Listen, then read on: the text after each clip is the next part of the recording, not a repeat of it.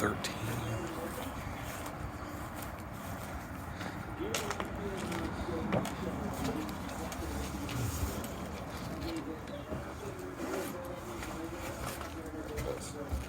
All right. Welcome to Tiny Housinʼ, volume, I think it's 13 now. 13 videos documenting my life in a tiny house. You can look around and just see what this week has done to me. Physically and just lack of giving a shit or time to clean this is 2 weeks worth of laundry that needs to be folded and put away. What you see over here is a charging station. This power thing here, all of these little doodads that you see plugged into it, I just leave them there. And so when I need to charge my bike equipment, I do it all at once. I have all the cords wrapped with Velcro ties and stuff like that. And what I do is I just pull this power strip out that has all of these dongles and cables already connected to it. And I just unravel it, set it up on a table or wherever, and then I just plug everything in. There is a cable and a plug for every device that I need to charge already there. And so it's just pop, pop, pop, pop, pop, pop, pop. And then I just wait for the light. Usually the light on that thing has to turn green. That's the thing that takes the longest to charge. That O light. And so there's that. Tomorrow it's supposed to be 36 degrees when I leave, which is going to be miserable, which means I'm going to have to wear 2 layers of pants, gloves, a band that goes around my ears. There's a few other things. And then on Amazon had a flash sale and they threw it up at me. So this is what my cycling shoes normally look like. And cycling shoes, you can't really see it in the video, but this material right here, you can see my finger right there. Well, that material is all over the shoe, and that promotes good airflow so your feet don't get slimy and your feet stay, they don't get all nasty inside the shoe while you're cycling all day. But that means that on a cold day, your feet are going to get ice cold. So Amazon came up with a flash sale. It was $12 for something that was normally $30. So it's a shoe cover. Neoprene shoe covers that just basically wrap around your shoe and turn your shoe into a boot. And that blocks the airflow and keeps your feet toasty warm as you ride. And these are actually really nice, especially for $12. 13 something with tax. They're really, really nice. Quality-wise compared to the ones I used to have before the FBI drove a tank into my house. But they do work. I've used them before. I've used them in the winter. And they do make winter cycling boots for mountain biking and other purposes. But they're super expensive. And honestly, the only way I would even consider investing in something like that would be if I were a serious mountain bike racer and going to races all winter long. I mean, you're looking at $500 or more for a pair of those. So for $12, I get to keep my feet warm, and they're pretty rugged. So I just got back from Target. I was able to sell the bike pump for enough crack money to go and get some stuff that I need for the house. And since my floor is so dirty because of tracking in dirt as I come in and out on these muddy days, I needed some sort of mop. But I didn't want to get a mop with a mop bucket and something I'm going to have to store. And I don't like those Swiffers either because those pads, the Swiffer pads, are not reusable. So here, if I pick this thing up, I dropped on the floor. I got this. It's called the Bona. It's a Bona mop.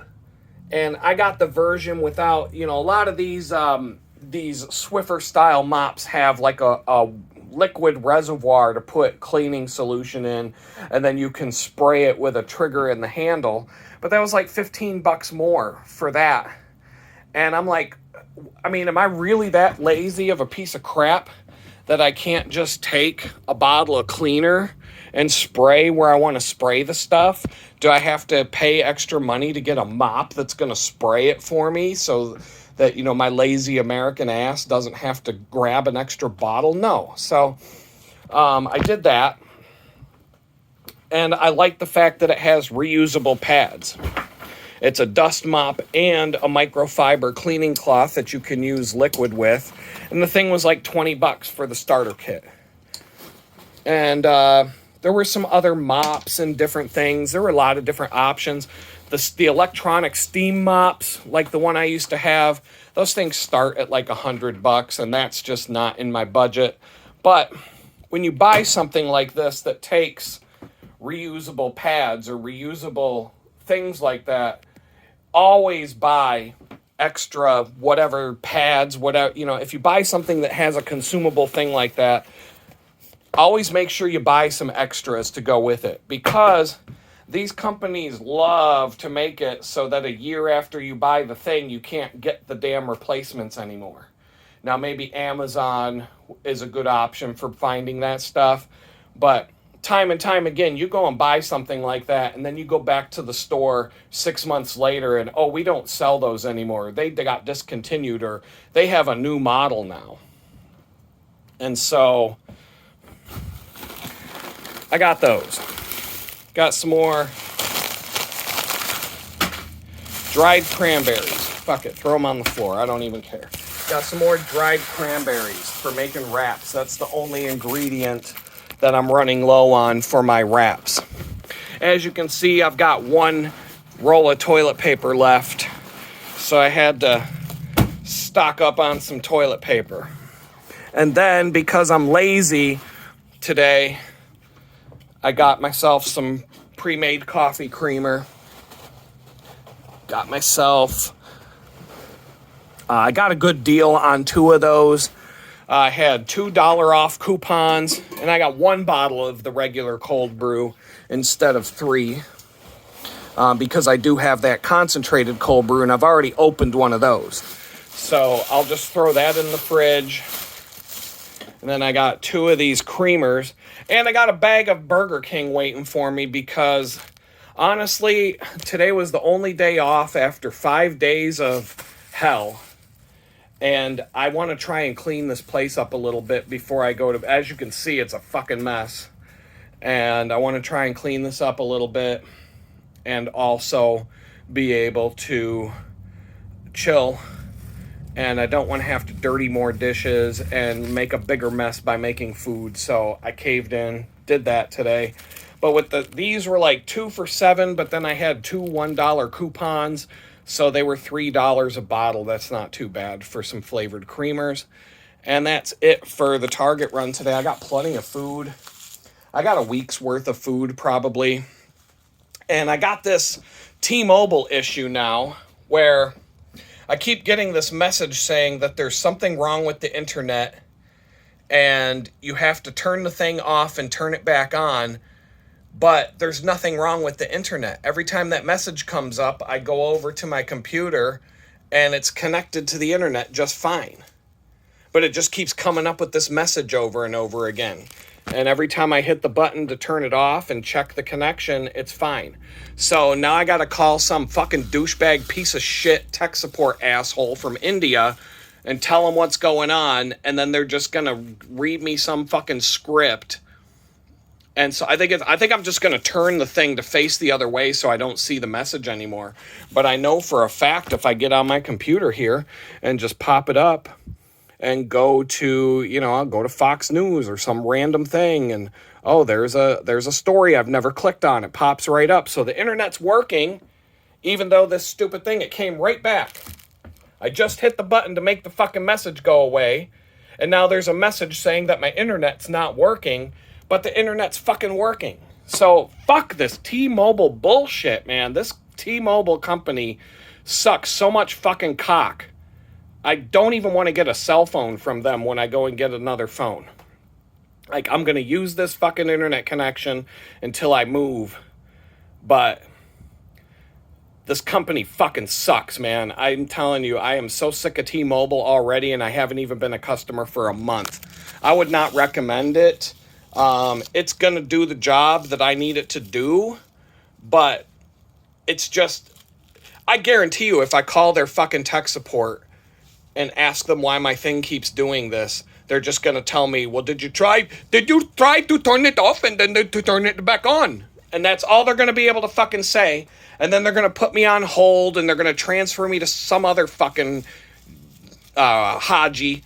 And they're going to turn, and I'm going to get the same fucking shit over and over again until I finally hang up on them. So I fucking hate T-Mobile. I hate this fucking company. But AT&T fucking sucks, and so does Verizon. So I don't know, like, I don't even really know what to do. I may have to, at some point, if it actually does start flaking out, I may have to ask the landlord if it would be okay to have the cable company come drill a hole in the side of the tiny house and put a cable modem in here. Because this is bullshit. This is total fucking bullshit. And the only other way that I might be able to fix it is to do a factory reset on the device. But then that's like half a day of my fucking life gone trying to reconfigure everything. So I don't fucking know. I don't know, but that shit's starting to piss me off.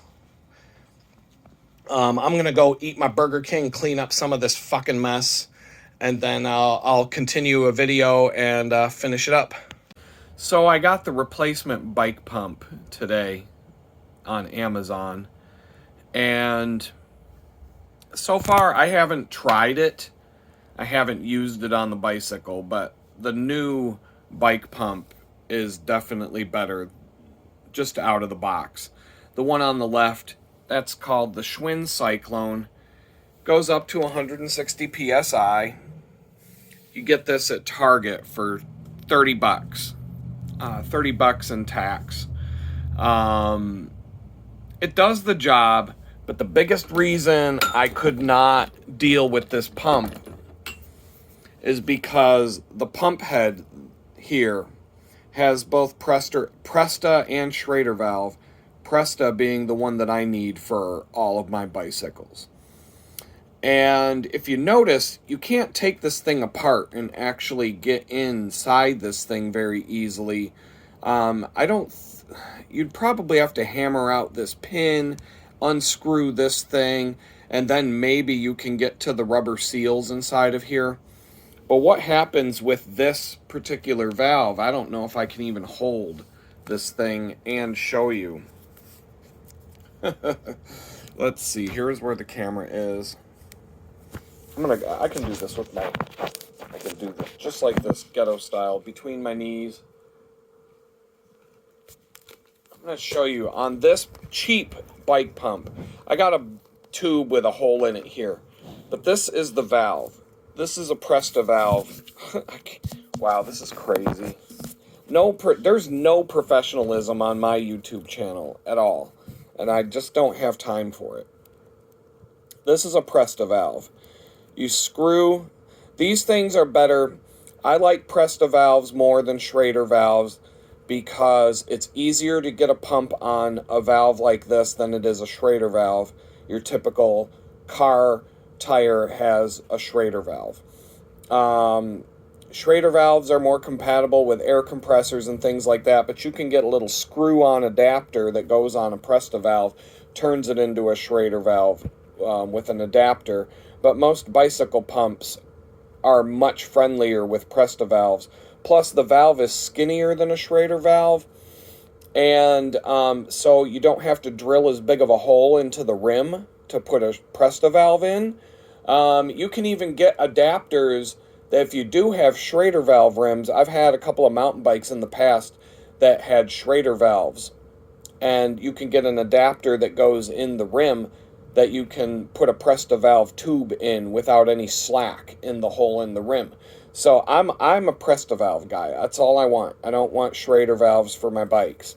But the biggest problem with this Schwinn, this cheap Schwinn bike pump is when I go to put the Presta valve in the hole here, I can barely get it in. So if I put my thumb there to measure it, it only goes in that far. It only covers like the first or second thread. You're supposed to unscrew this. That is what lets the air in and out. And then you screw this little thing tight. Once you're done pumping it up, the air doesn't come out. You can even put a little cap on top of it. I just leave them exposed. I don't use the little black caps. They don't do anything. They're just there they're there to protect the valve a little bit, but it really doesn't. Most people who ride a lot don't put those little black caps on. With a Schrader valve, you want to put the cap on the valve because that keeps dirt and grime and crap from getting into your valve. But with these Presta valves, you don't really need to worry about that. So I don't put the little plastic cap on. So just trying to jam this. Now imagine this thing is on a bicycle rim and I can't hold the valve as tight as I can for this demonstration.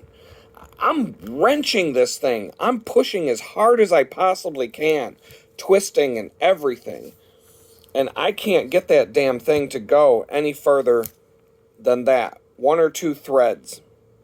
And I'm forcing it as hard as I can. When this is on a bicycle rim and and all you really have to leverage is this against it, that these Presta valves have little metal rings at the bottom that help hold the valve against the rim so you can put some good pressure on it. But the problem is this thing just does not go far enough down the valve. And there's nothing I can really do. And there's something going on in here that's stopping it from going any further. And it's just not. And then once you pry that up, there's a that locks. That is a lever that actually locks the valve into the pump head and tightens the seal. This little rubber seal gets tight. And then, but I lose a ton of air out of these tires just trying to get this freaking head onto the valve. Like the tire is just sitting there going psst, psst, psst.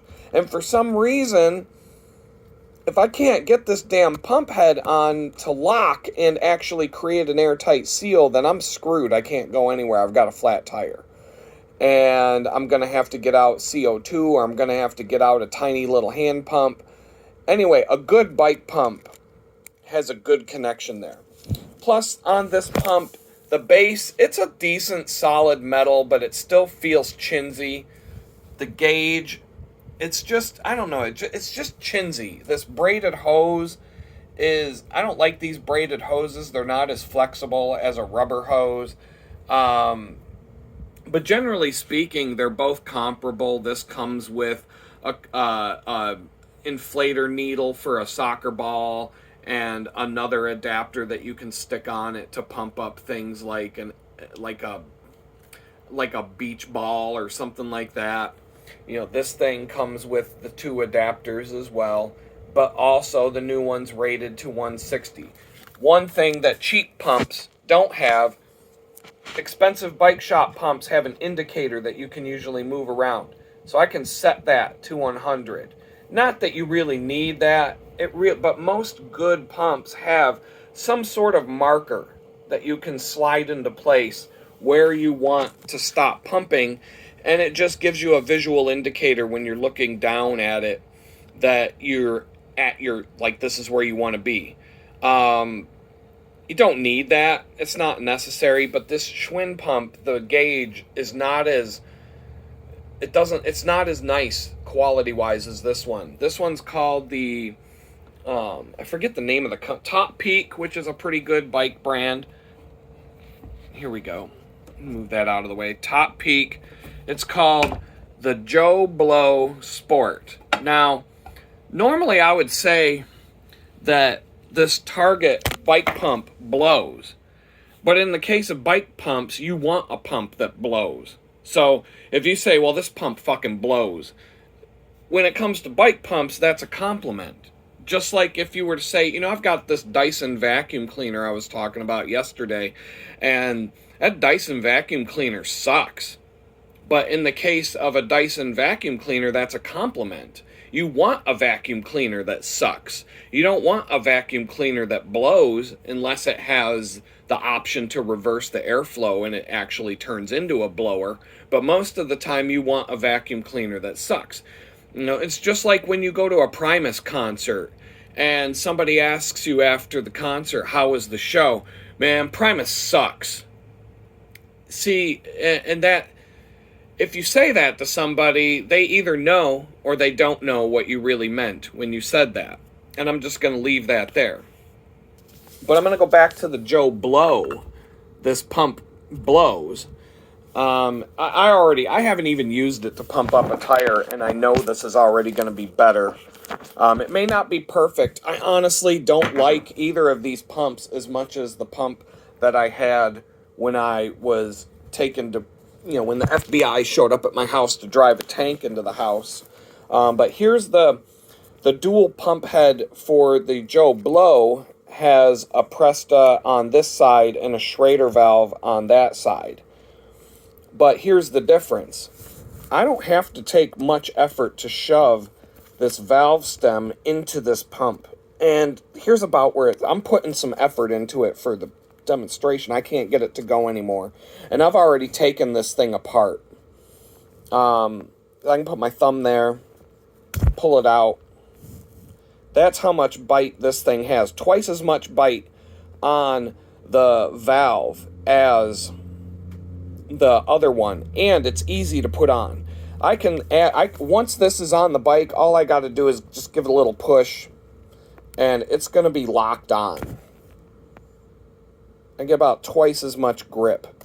And there's a rubber washer inside of here. And the nice thing about this, a good quality bike pump, I can unscrew that. And if I might have to do that, there you go. I can pull out the rubber washer. And so when this rubber washer wears out, it's super easy to replace. I can order one from the company, insert it in the pump. And this entire rubber washer, if you look at how deep it is, the entire surface of the rubber washer, there's mechanisms inside this pump head that prevent the valve stem from going any farther, no matter how hard I wrestle with it and try to push it on. But when I looked at how far the valve is, the rubber washer is making a complete seal around the valve. Whoops. Let's see, where'd that go? And the other nice thing about this,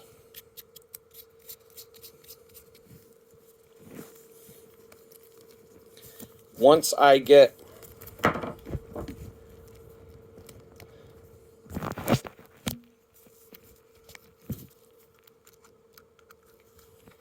once I lock that on, and these do, one thing about bike pumps, they start out really tight and really, sometimes you have to wrestle with them. You flip this switch to that position, and that locks that rubber washer. It squishes it down, and it makes a perfectly airtight seal around this valve. And I don't have to use the pump right now. I don't even have to try. I already know it's a better pump. Just from the solidness of the base. That's a solid piece of hunk of metal right there. The tubes, the pump action, the stroke, it just, like this part, it feels a lot more solid than this. This feels cheap. This feels really cheap and crummy and plasticky and just wobble. It's not quality. This thing here feels solid. This feels solid. And I'm guessing you can service this thing a lot better than this Schwinn. This Schwinn, it looks like I can replace the hose and I can replace the valve at the end. This one here, I can replace the rubber washer in the pump head if it ever goes bad, both on the Schrader and the Presta valve separately. And so this is just a better quality pump. Now this pump was about $60. I was about to buy it before I moved into this place, but I ran out of time and I didn't want to spend the money. And I'm like, well, they got this for $30 at Target. Maybe that'll be a good one. And it's not. It's what you'd expect when you go to the department store versus ordering online. You're always going to get the thing that's worse at the store. And so I'm taking this one back. So in ultimate, at the end of the day, I'll be $30 in the hole for this upgrade. Once I get the refund processed, and I'll be doing that at some point. But this is the Top Peak Joe Blow. It seems to blow pretty good. So I don't know. That's it for the bike pump. Yeah, so I'm on my way to Target. And as you can see, I'm carrying my shopping backpack. And of course, I'm getting these weird ass looks from everybody. Because, you know, you see a guy walking down the street carrying a hiker's backpack, you know, a big heavy duty backpack. Well, of course he's a homeless fucking freak. And I'm carrying a bicycle pump. So, of course everybody's looking at me, talking to myself here while I'm on the phone. You know, I could be doing FaceTime with my homies, which I kind of am with you guys, but imagine, you know, these Texas people that aren't used to weirdos see a guy walking down the street wearing a backpack, carrying a bicycle pump, talking to the phone like he's doing FaceTime with someone, and they're thinking, yeah, here's another homeless freak trying to sell a bike pump for crack money. So what's up, everybody? It's your boy Adam, and I don't know, have you ever heard the term hangry? That's a real thing. Being hangry is definitely a real thing. When you're out on a long-ass bicycle ride, like riding 150 miles in a day, and there's this thing that happens when you're exercising, whether you're hiking, biking, running, playing soccer, whatever the case may be, is called they call it hitting the wall or the bonk. Those are the two terms. And it's when your body has basically depleted your glycogen stores. Your sugar is gone. It's a sugar crash. And you just, it's like you go from feeling okay, good, okay, to just boom, and it happens in the blink of an eye. It's just like all of a sudden you're done. You're just completely spent. You have absolutely no more energy, and every step that you take, every revolution of the pedals, whatever the case may be, it's agonizing. And when that happens, when it happens to me, whoa, man, it's like my hanger goes off the rails. I noticed it a couple of times over the past week during my bicycle rides, where I'm just like, mother F this and mother F that, and just like, eat something. You gotta take a power bar, take a Cliff Bar, take something with you, eat when that happens. It's amazing how quickly the body just goes in, and when you're doing this, physical activity, etc. But today, I'm just feeling the effects of this grueling week. So yeah, technology is not my friend.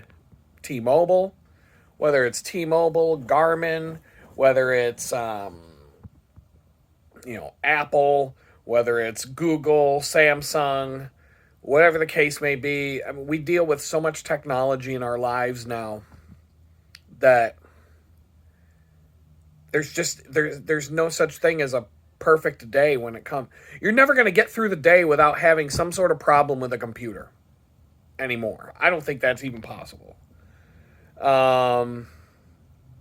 Yesterday on the bicycle ride to and from work, what day was it? Wednesday was my day off. Thursday, Friday, So it had to be Tuesday. It had to be Tuesday.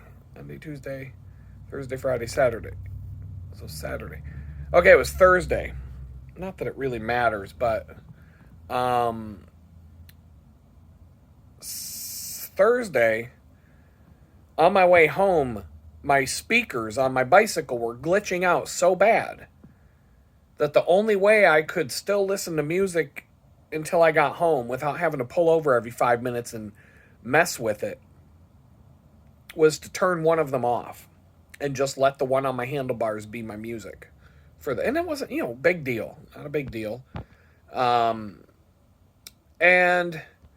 but it was bothering me. And so I did I had to do some troubleshooting, and I came to the conclusion that the one that I store in the water bottle mount, I think when I tighten the Velcro strap around it to secure it in the mount, it might be the water bottle mount might be pushing on a button just enough so that if I start going over a bump in the road or something like that, that button gets pressed, and then it causes the speakers to glitch out and go out of sync and all this that. And so that was my theory after I really started to look into this and started to kind of with a calm, okay, let's look at this thing and not get all, bent when you can't figure it out. Got to be in the right frame of mind or don't even bother trying. So I came down to that. So the next day, I put the speaker in the cage to where the button wasn't going to be hit. It's hard to explain, but the way that the thing fits around the speaker, I was able to put it in such a way that that button stood a very, very small chance of being hit. And went all the way into work, not a single issue. Good music, everything worked flawlessly the entire way into work. On the way home, though, about halfway home, it started glitching out. And it started glitching out to the point where, once again, I just had to turn off the one speaker and listen to the one speaker for the rest of the way home, because otherwise it wasn't glitching as bad, but something wasn't right. And then I'm thinking maybe I'm still tightening that strap down too much, and maybe even though I put the button in a place where it's probably not going to get hit, maybe, just maybe, the tolerances are really tight in that for that button not to get hit. And so I took extra special care yesterday to tighten the strap enough to keep the speaker from jostling around in the water bottle cage, but also so that it's secure, so that it's not just going to come flying out if I hit a big bump in the road or something like that. But I didn't tighten it down super tight. I just tightened it just enough to hold it in place. Zero problems all the way into work. Zero problems all the way home. I mean, not even one micro, small, tiny little glitch on either ride. Neither. It was absolutely perfect on the way there and back.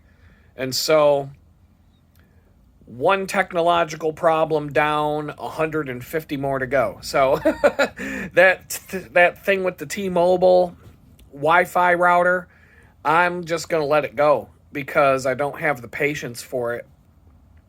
And the thing is that it's working. Every time that message pops up on the screen, the internet is working. I test it. So I may just have to put some black tape over it or something so I don't see the messages anymore. I don't know. Maybe the internet flakes out for a half second, enough to trigger that message to pop up. But not enough for me to even notice that something went wrong. I don't know. That's something. Troubleshooting wise, I got my fitness watch from Garmin. Let me, I don't even think I can. Boop, boop. There we go. Got my fitness watch from Garmin. The replacement to the one that was 3 years old. I think it was a year old when I got arrested. So I think I bought it in 2021. When I'm looking on the app, the Garmin app still has my old one or still had my old one linked to the account, and it said that it was first registered to the account in August of 2021. And I'm like, I don't know if that's true, but it might be true. So anyway, a couple weeks, a week or two ago, I found this thing. My son gave it, it was on my wrist when I was arrested. The FBI agent gave it to my son, along with a belt and something else that they took from me. And so when I saw my son last September, he gave me the watch and the belt. And so I just threw it in a box and just forgot about it.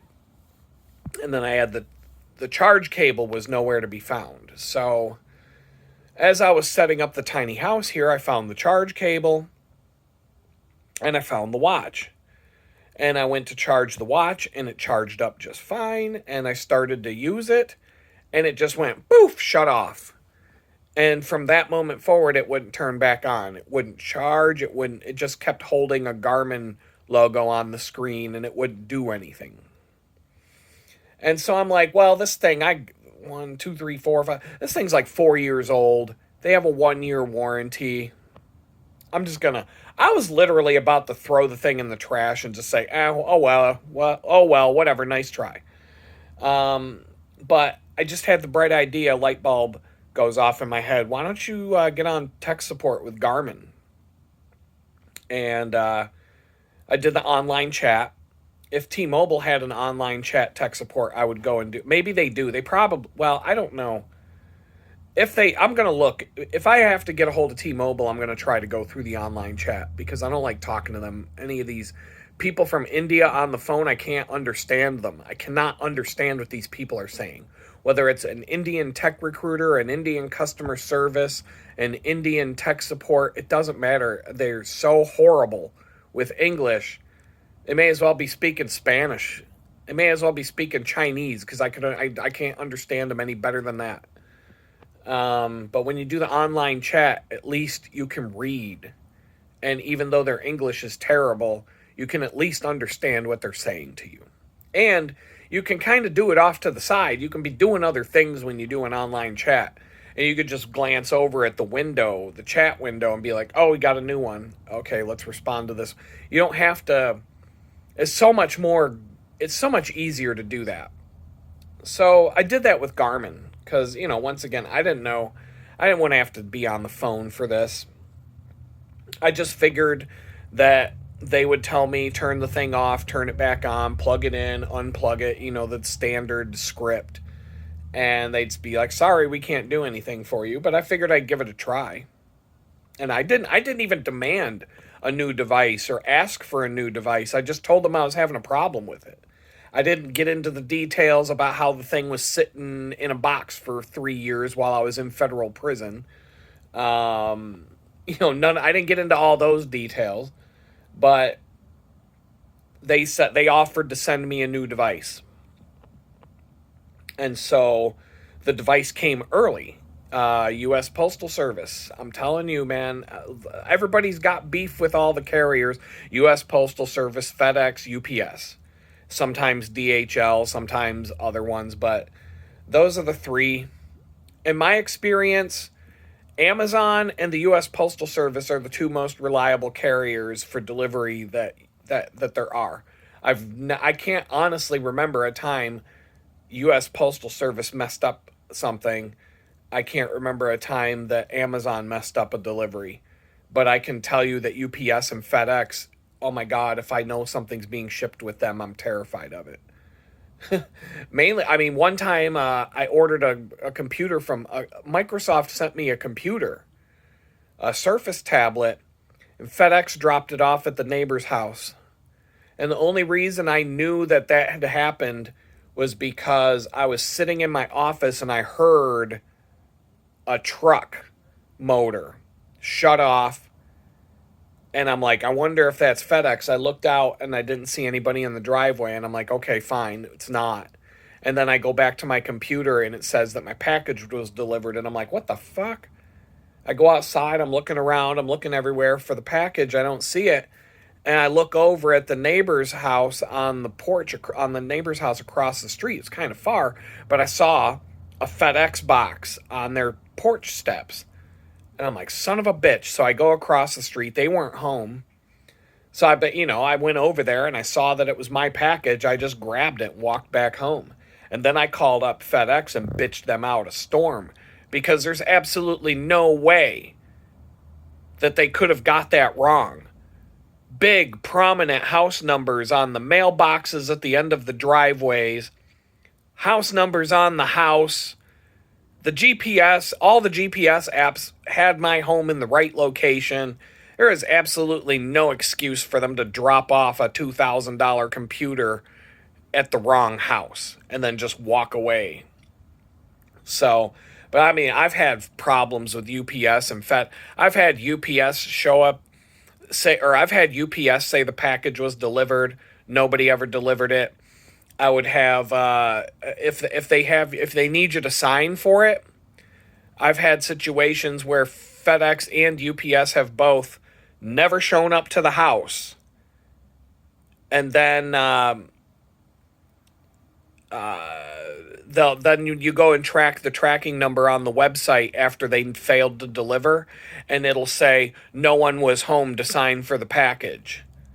And I'll be like, bitch, I was home all day, sitting right by the door. There's no way that they would have got to my house and came to the door without me knowing about it, believe me. And it wasn't like I was just sitting by the door waiting for the package, but I was close enough to the door while I worked from home all day that there was no way somebody's going to come to the house without me knowing about it. That happened a lot. And then I'd have to make, basically a lot of those times I'd have to make arrangements to go pick up the package at some distribution center or whatever and wait another 2 days because you won't be able to go pick it up the next day. You'll have to wait another whole day or two before they'll have it at the facility for you to go get. Anytime I see FedEx or UPS tracking number, I'm just like, oh my God, please, no. It's like, they're the worst. You know, what can Brown do for you? You could deliver my fucking package. You could do that. You could start there. Everybody's got different beef with the different companies. It's just like the cell phone companies. They all suck.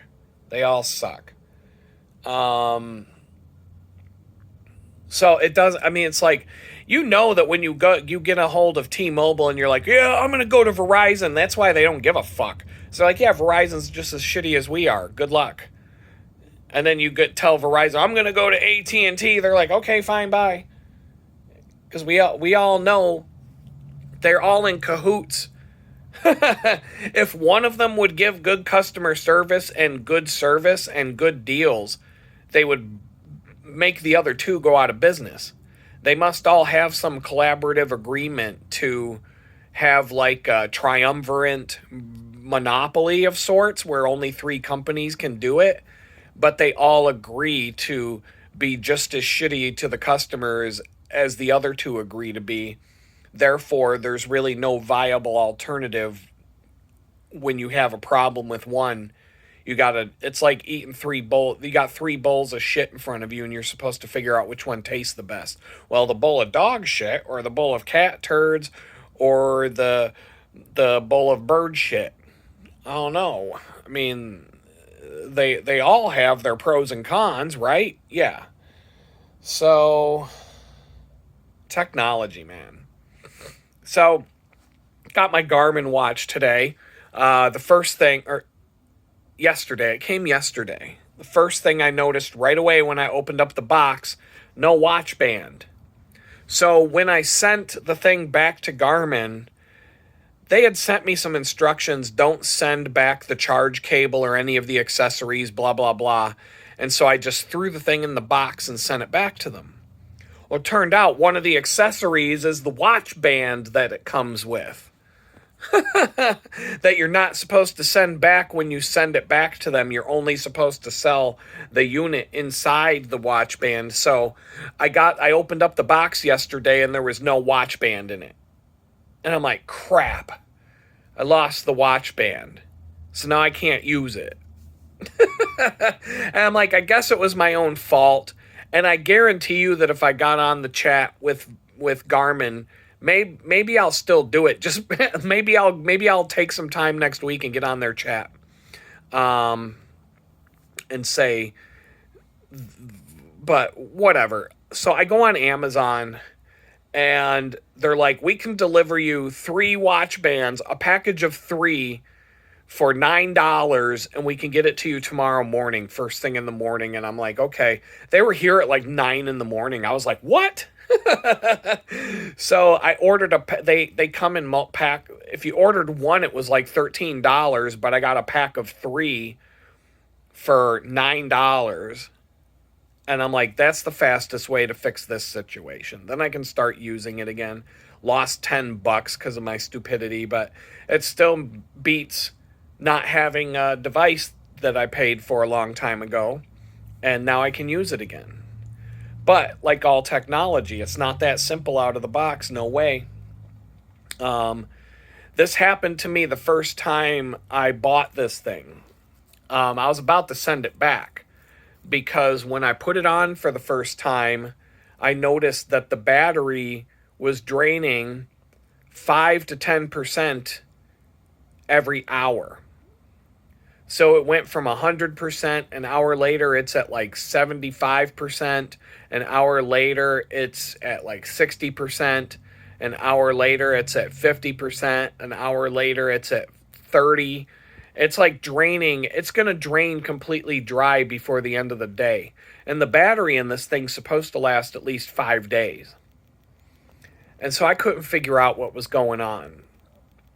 And I was getting irritated trying to fix it because I had other things I wanted to do.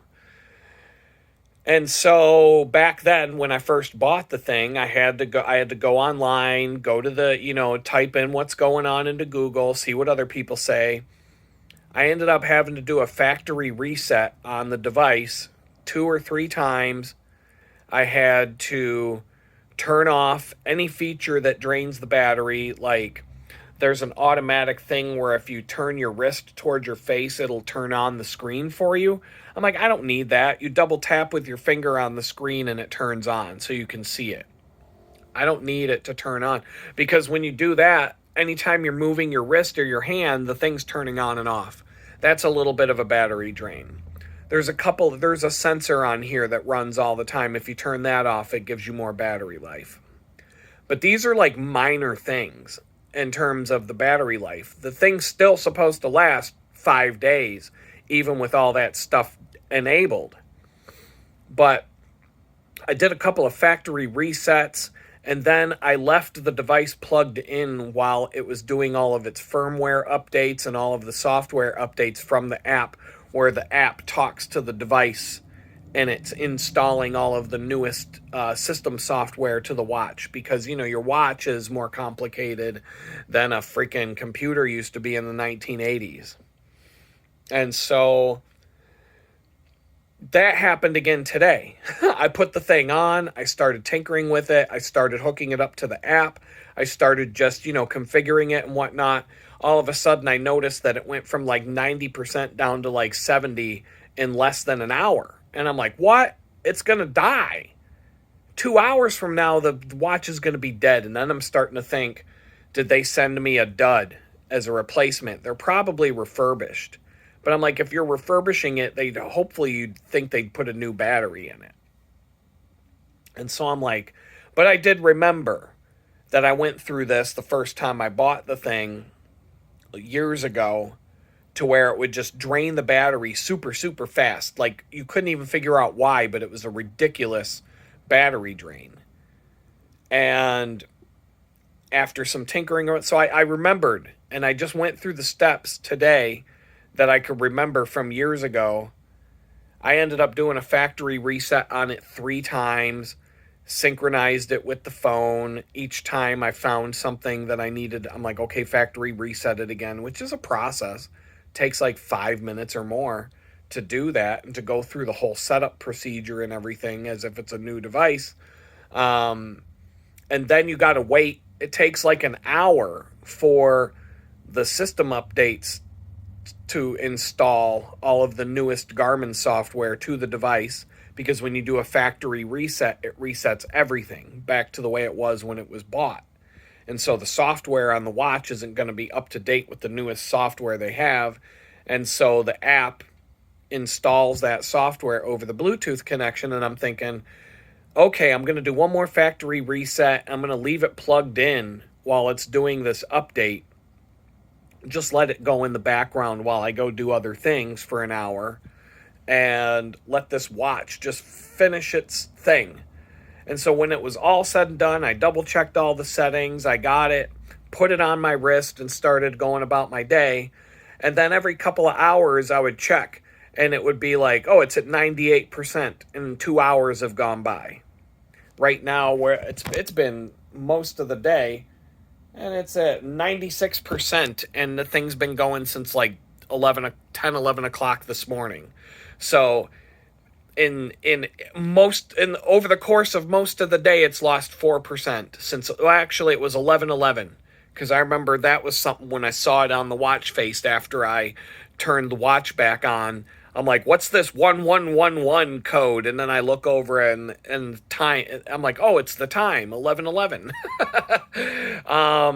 So since 11:11, when I put this on my wrist, it's lost 4% of the battery life today. And so when you multiply that out, that is going to last 5 days.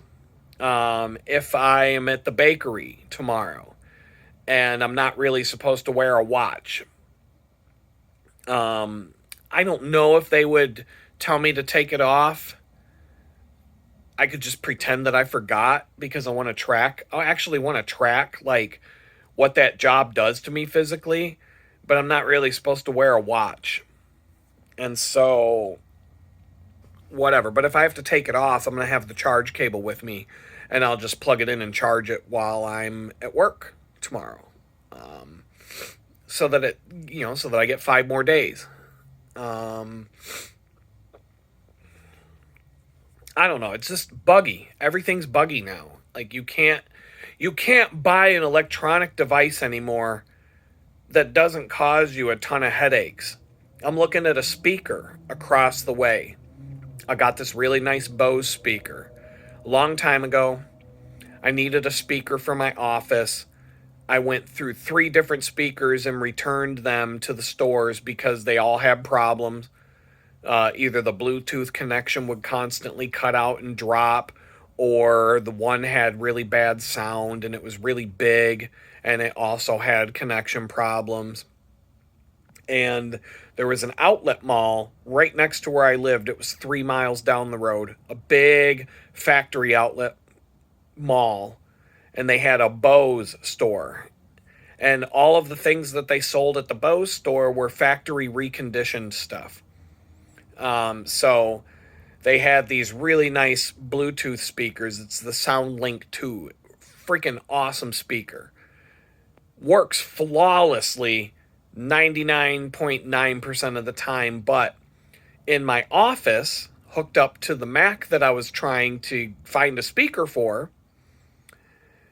some reason, to this day, on that MacBook, no matter what I do to the MacBook, no matter what I do, when you connect to the speaker, it works for about 5 seconds, maybe 10 seconds, and then it disconnects. And then you have to reconnect it again through the Bluetooth settings. And then the second time that you connect to it, it works flawlessly from that point on until you stop the video, or you walk away from the computer with no sound coming out of your computer. Eventually it will turn the speaker off due to inactivity. But it worked. But then when you go to reconnect the speaker, you have to do it twice. Always have to do it twice. I've sat there trying to figure it out with Apple's tech support. I've tried to figure it out from Bose tech support. I have had to wipe the computer and reinstall the system software on that MacBook for other reasons, but I thought maybe that would fix the problem with the speaker. Nope, never did. I've updated the system software on that old Mac. To this day, because I'm using that Mac as a TV right now, it's an older 2012 MacBook Pro. To this day, when I turn on that speaker and try to pair it with that MacBook, it has to connect twice. There's no explanation for it. Nobody knows why. There's absolutely nothing you can do to fix it. I would have been able to fix it by now. I've had this speaker since 2016. I've had this speaker for 9 years. I've never been able to fix that. Every other computer, my newer MacBook that I use for my daily work, every phone I've ever had works flawlessly. I take it on camping trips. I will have that speaker set up at a campsite. I'll have music streaming to it from my phone. I'll walk 150 feet away from the speaker with my phone and it's still fine. It's still playing the music. It doesn't cut out. It's amazing how far I can walk away from that speaker with the phone and it still works perfect. It's the most flawless Bluetooth speaker I've ever used, except for when you hook it up to that old MacBook. No explanation. Technology. It's just buggy. Everything's buggy. Nothing works. We were at the restaurant yesterday. Or at the bakery yesterday. We had all the software. That whole bakery is run off software that's on iPads mounted to the walls and stuff like that. And the whole point of sale system is iPad based. Plus there's apps that people can order their stuff on. Well, we had customers come in who ordered a 12-pack with only 2 cookies in it, and the 2 cookies weren't even cookies that we were selling this week.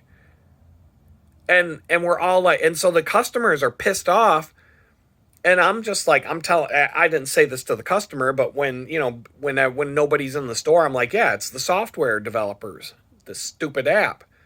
They rushed garbage out the door. They obviously didn't check to see that, number one, how are customers able to order something that's not even on the menu, number one, and have that transaction go through. And number two, how is a customer able to order a 12-pack without filling the box, only picking out 2 cookies out of the 12, and then having the transaction go through so that when we get the order, it shows 2 cookies that we don't even have this week on the menu in a box of 12, and the rest of them we don't even fucking know.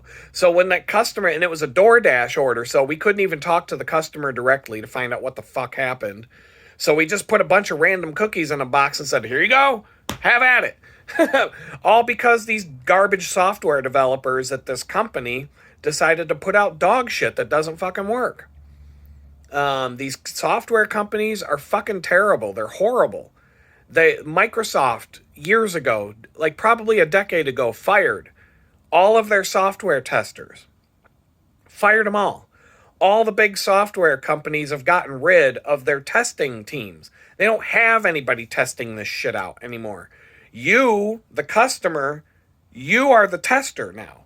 You are the software tester. The way it works is they just put out whatever fucking garbage they can rush out the door and get it into your hands. They don't test it. Imagine if they sold cars like that. Vehicles have all kinds of strict regulations and testing and safety testing and all kinds of stuff that has to be done before they're allowed to be sold to the public. But software is just like, fuck it, whatever you make, just send it to them. Sell it to them. Who cares? Who fucking cares? The only regulation that comes with software would be in regards to like HIPAA and medical records privacy and financial transactions with what's called PCI compliance. So that if you're processing, and the only reason software companies give a fuck about those 2 things is because for HIPAA, if there's a medical records violation for HIPAA, it's something like $2 million per instance. So imagine if 100,000 people's medical records got compromised because of a stupid bug in your shitty software. Multiply 100,000 times 2 million and you'll find out what their fine's going to be. So they care. They care when it costs them money. But when it's just a broken pile of shit software that doesn't work, and that's the only problem, is that it doesn't do what it's supposed to do because it's just buggy and broken, they don't give a fuck. They don't give a fuck. They're just gonna sit. They cobble it together and just throw it out into the wind to see what happens. And then as people complain, they kind of tally the number of complaints about this, that, and the other thing, and they kind of weigh it against, well, if we lose all these customers, will we lose any money? And if the math is right, that it's going to cost them less to fix it than the money that they would lose if all the customers just bail, then they might make it a priority to fix the bug. Otherwise, they're just too busy building a new version, adding a bunch of garbage like, oh, your watch now has AI features that all I wanted was to be able to tell time, and you can't make that work, but now I've got a bunch of AI garbage I'm never going to use, and the watch still doesn't tell me the time. Great. Thank you. But that's what these companies do now. They only care about their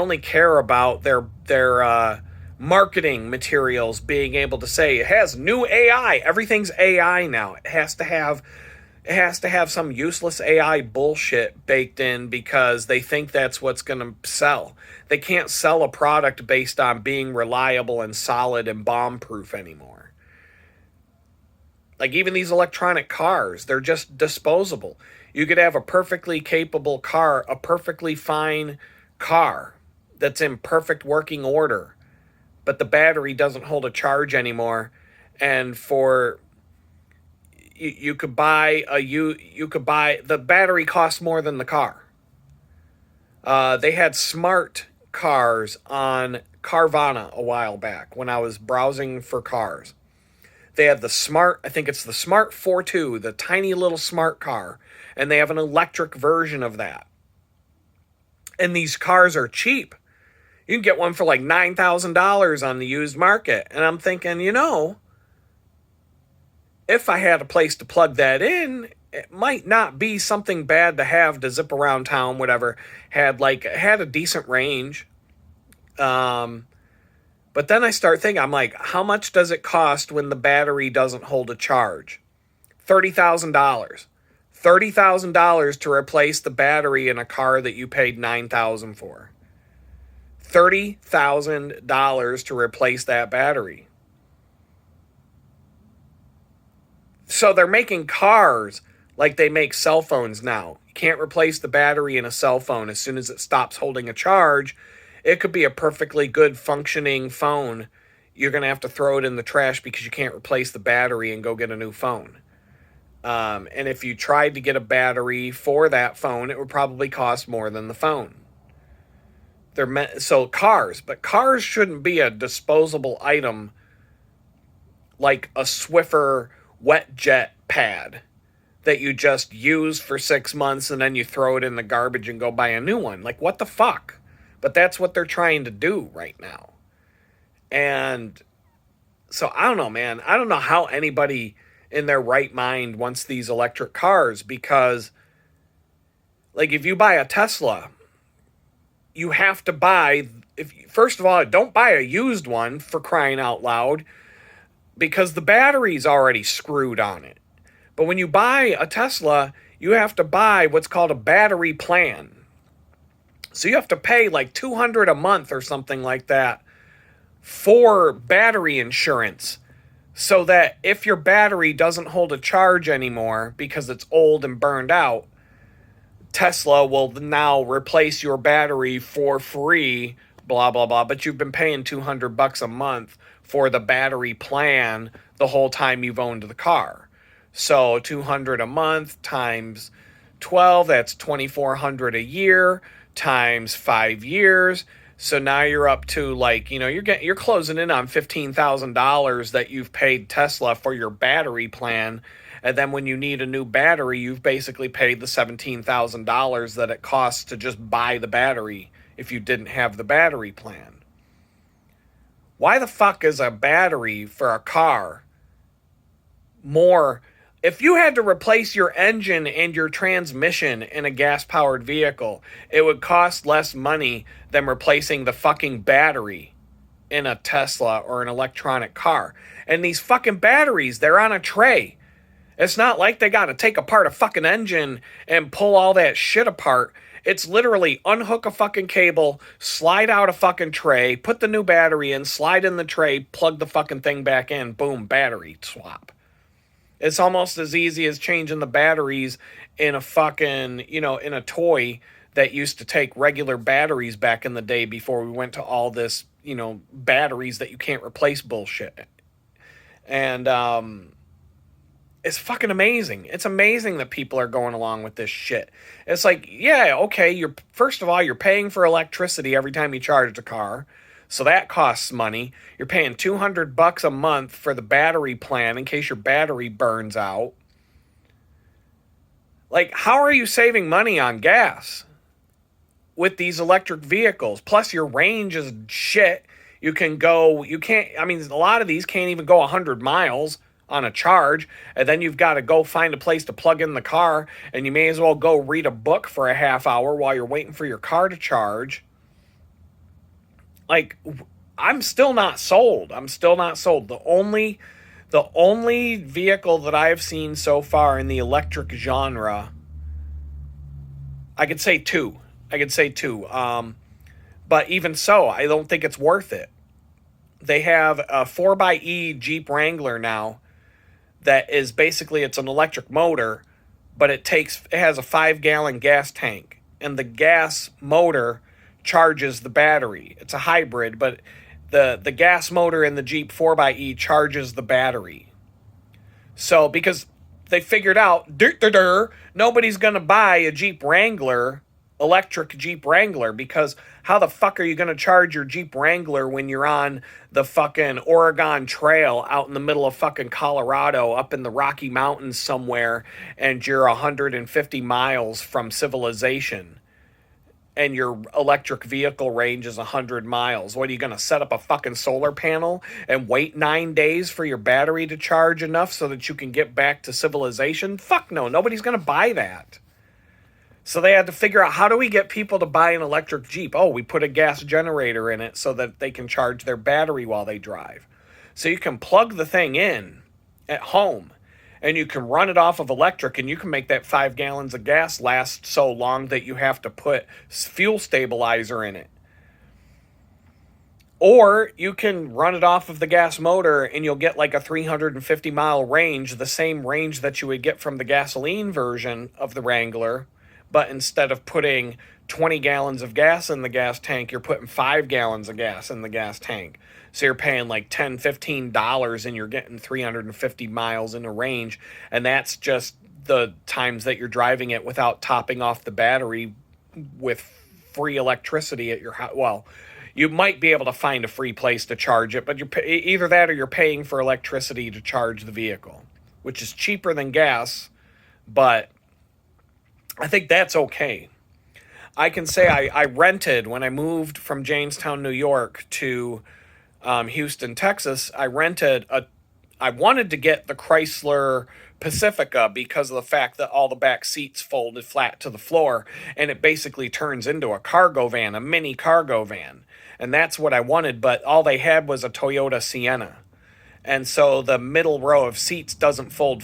They fold down pretty good, and there was still a lot of room to put stuff back there, but not as much as a Chrysler Pacifica would have been. But the Toyota Sienna is a hybrid, and I'm telling you, it cost me to go from Jamestown, New York, all the way to Houston, Texas. I had to stop for gas 2 times.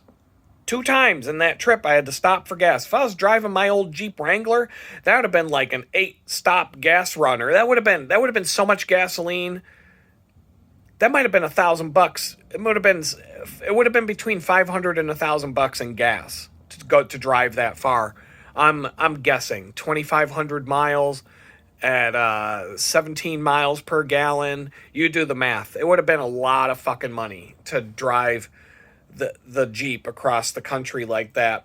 This Toyota hybrid, I filled up the gas tank twice. It was $40 each. It was like $80 in gas to drive all the way from Jamestown, New York to Houston, Texas in this minivan. And it was a nice drive. So that was cool. I could get behind that. But once again, the problem with these hybrids is the battery. You get a Toyota Prius, battery goes bad. Fuck, man, you're in like $8,000 to $10,000 for a new battery. You may as well just have an engine blowout in a gas-powered car because it might cost you $6,000 to get a new engine, but it's still cheaper than replacing the fucking battery. A lot of people drive these hybrids with bad batteries because they can't afford to replace the battery, and then they lose all of the benefits that they had from driving the hybrid, which was to save money on gas. So, no, I'm done. I'm not doing it. I'm not doing that. I'm not opposed to technology coming along that makes our lives better, but I'm not going to participate until you figure out how to, until you can figure out how to make the battery cost less than the car. It's not worth it. It's not worth it. I don't even know, man. I'm just rambling about random stuff today. I'm waiting for these batteries to charge on this table because I need the table to fold my laundry. I'm burned out. I got to get back up and do this whole thing again tomorrow. Probably not even going to shave again. Like, one day off after riding a bicycle 200 miles in frigid cold temperatures and getting covered in rain and working in a bakery for Valentine's Day week and all the stuff just was like, done. I didn't work on my bicycles today. I did a few things that was on my list to do today, but the number one thing I've been doing today is just sitting and chilling and trying to recover the energy that was lost. And I do have to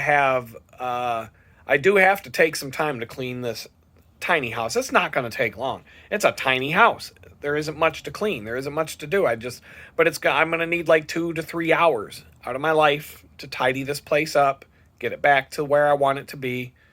And I have to do that before the probation makes his surprise visit on the days that I'm not working. Because if my place is clean and tidy and organized and everything's in its place, then he's going to be like, this guy's got his shit together. I'll leave him alone for, I'll back off and I'll just, I'll check in with him once a month or two. And then maybe he'll be like, I want to get this paperwork off my desk. And on April 2nd, which is only about a month and a half away, he might file the paperwork or allow me to file the paperwork to try and get my probation dismissed early.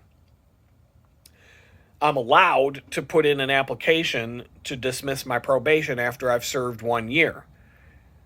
Generally speaking, I've been told that they are more likely to dismiss it after you've served half of it. So I had 3 years dished out to me. April 2nd will be 1 year. I am going to file for a dismissal. Why not at this point? You need to fight for everything that you're entitled to with these people. And fine, if they say no, 6 months later, I'll do it again. Maybe they'll say yes because I've served half of the time. Maybe I'll get one win out of this whole fucked up situation. I mean, I just realized today that there's people that rape kids and get less time in prison than I got for mean tweets. That's so fucked up.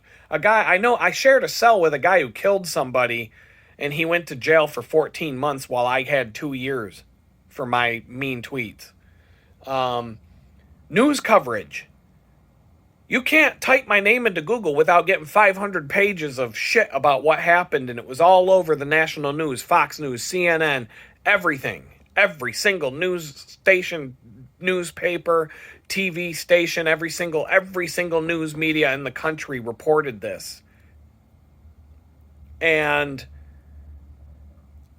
I could have raped 6 kids and not got any fucking news play out of it. I could have murdered people and maybe got a couple of stories in the newspaper or a couple of local news mentions. But no, the guy who said mean things on social media, oh, we're going to fucking tear him to shreds. We're going to make sure that when he gets out of prison that he shouldn't have even gone to in the first place, because what did he do? He said mean things on Twitter. We're going to make sure that when he gets out, he'll never get a job again. He'll never have a life again. He'll never have an opportunity to rectify the situation. He'll never have a chance to have a life again, because fuck him. He spoke out against King Biden, and we can't have that. So I don't know. I'm just like, sometimes when I think about these things, it just blows my mind how unjust this just us system is, because it's just us. It's them. It's just for them. That's why they call it just us, because they're the ones that get to go rape kids on Jeffrey Epstein Island and fucking no harm, no foul. That list is never coming out to see the light of day. How many people raped kids at P. Diddy's house? We're never gonna find. We'll never know. These people get to do whatever the fuck they want. But you and I, if you're watching this channel, you're definitely not in the club, just like I'm not in the club. So you got to watch yourself. Oh man, it's just so unfair. It's so fucked up. And sometimes it gets under my skin, especially when I'm just, I'm a firm believer of just pick yourself up and do the next thing and get to where you got to go. But there are sometimes you just get so frustrated by all of it that, sometimes I wonder, there are other people who are going through what I'm going through who would have just fucking killed themselves by now. I'm too stubborn for that. They could do whatever the fuck they want to me, and I will not cave in, because there's a chance that I'll come out on top, and I'll get to see the day that those motherfuckers end up going to prison for all their crimes and scams that they pull on us. And that, in and of itself, that's enough. That's enough motivation for me not to give up. Maybe someday I'll be looking at them while they're in prison, and I'm the one living large. Not as large as they do, with all their nasty shit that they do to people, and, P. Diddy parties and all that bullshit. But no, I'll be living a good life someday while these people are rotting in a dog cage down in Guantanamo Bay, where they were holding all the fucking terrorists, the so-called terrorists, during, the Bush years. Maybe Hillary Clinton will be getting waterboarded one of these days while I'm living in a nice house and have a good life again. So that's enough motivation right there to not throw in the towel. But there are days where I'm just like, it wouldn't surprise me if someone went through what I went through and just decided, that's it. That's it. Not worth it. Not even worth getting up tomorrow. But I'm not that guy. So I don't know. That's a long, rambling video for today. And, but it's been a long, random, I got laundry done. I got 1 out of the 4 trades made at Target. Got the new bike pump, took the old bike pump back. Got a mop so I can clean these floors up a little bit better, because a broom and a vacuum isn't going to do the job. Toilet paper. Got some toilet paper. That would have been a bad thing to run out of. And I don't know, just, another week. The bakery, I got 2 days. I got 2 days at the bakery this week.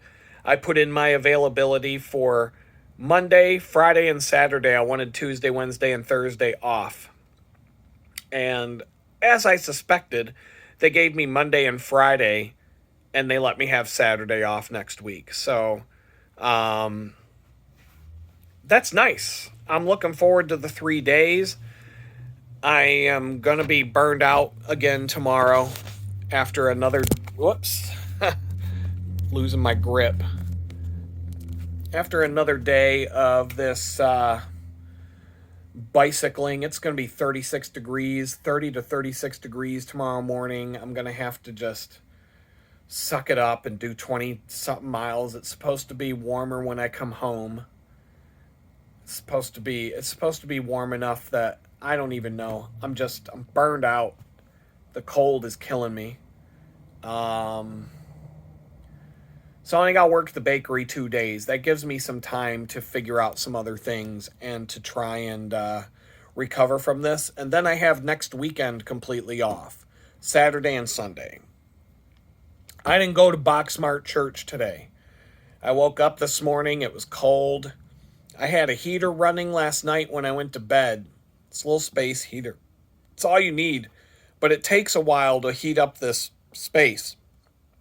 And when I came home yesterday from the job, it was cold in here.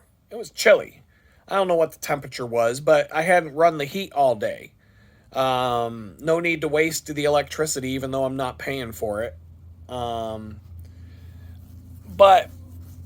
I don't like leaving a space heater running when I'm not here either. And so I turned on the space heater when I came home yesterday, but it takes a little bit for that to warm up the place. But it's a small enclosed space and it's well insulated, so this place gets hot at some point. But I didn't know what to set the thermostat on the thing for. And so at some point in the middle of the night, I woke up and I was hot. I was like sweating. I was like, holy crap, this is hot in here.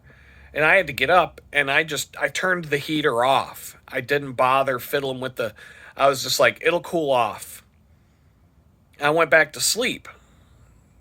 And, well, it cooled off all right. By the time I got up, it was cold. It was like, I kept feeling it getting colder and colder, but I like sleeping in the cold. But when I got up, it was like, ooh, it's a little too cold. And I opened up the door to the outside at some point, and it was frigid. It was like probably 40 degrees. And I'm just like, yeah, by the time I get moving, by the time I have the coffee, by the time I do anything, and I'm just feeling like hell from all the cycling this week and the bakery on Valentine's Day and all of that. I was just like, done. I'm done. I'm done. I'm sitting here. I'm not going to Boxmart Church. I didn't have the energy to do it. It took me a while. It took me a while to get the energy to go do laundry and all that stuff. And just, I'm moving super slow today. And I am recovering energy for tomorrow, but it was just, oh man, this is definitely not sustainable, this situation that I'm in right now. I can do it for a little while. If the weather would warm up, I could do it better. It would be much better if the weather wasn't so cold right now. It's not cold in the grand scheme of winter, but it's cold to be out there cycling. 36 degrees is not fun to go on a bike ride in. It's just not. It's fucking frigid. I gotta wear gloves, shoes with boot covers, and 2 pair of pants, 3 layers of shirt, a thing around my ears to keep my ears from freezing. All of that, and it takes time to get ready. I got to spend all this time tonight after these batteries are done charging, packing all this stuff and getting it all ready for tomorrow. And it's like,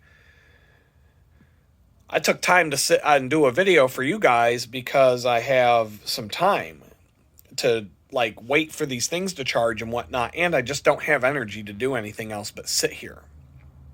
And but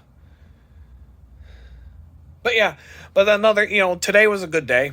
I didn't, no blue Subaru showed up out of the blue to try and run me over, so that was a good thing. Maybe the voodoo curse has been broken because I asked God to break it. I don't know if that's why I keep seeing this car over and over. Maybe the curse has been broken because I finally realized that that's what it was. I don't know, man. I don't know. But I don't know. I got a whole bunch of things on my plate for this coming week, and I'm actually looking forward to it. I just got to get through one more day of hell. Hopefully the bike ride there's supposed to be no rain. according to the weather report. It's supposed to be sunny, and but it's going to be cold, and that's the part that I'm just having a hard time with right now. An hour and a half of riding in ice cold weather is going to just, I don't even know. I don't even know. People are telling me I'm going to have a hard time this summer if I'm still riding my bike when it's, Houston heat in the middle of summer. I'm like, I'm having a hard time now because it's freezing cold. I would gladly trade 95-degree Houston summer for this bullshit. Any day of the week, I would make that trade. Turn the heat up. I'm fine. Old people move to Florida. Old people don't move to New York. There's a reason for that. Nobody wants to move where it's fucking winter 7 months out of the year. They'll take the heat. So I'm at the end of this video. I didn't have any notes. I didn't have anything lined up to talk about. So I don't know. Maybe I might take a couple of days off from doing the videos this week and just focus on my own thing. But I'll probably do a video tomorrow because I'm not going to have energy for anything else after I get back from another day of this 12 hours of nonstop back-breaking physical exhaustion. And then, oh, here's the "your internet's not working" message from T-Mobile again. So anyway, I'm going to figure out, I'm not even going to look into this one. I don't care anymore. But anyway, peace out.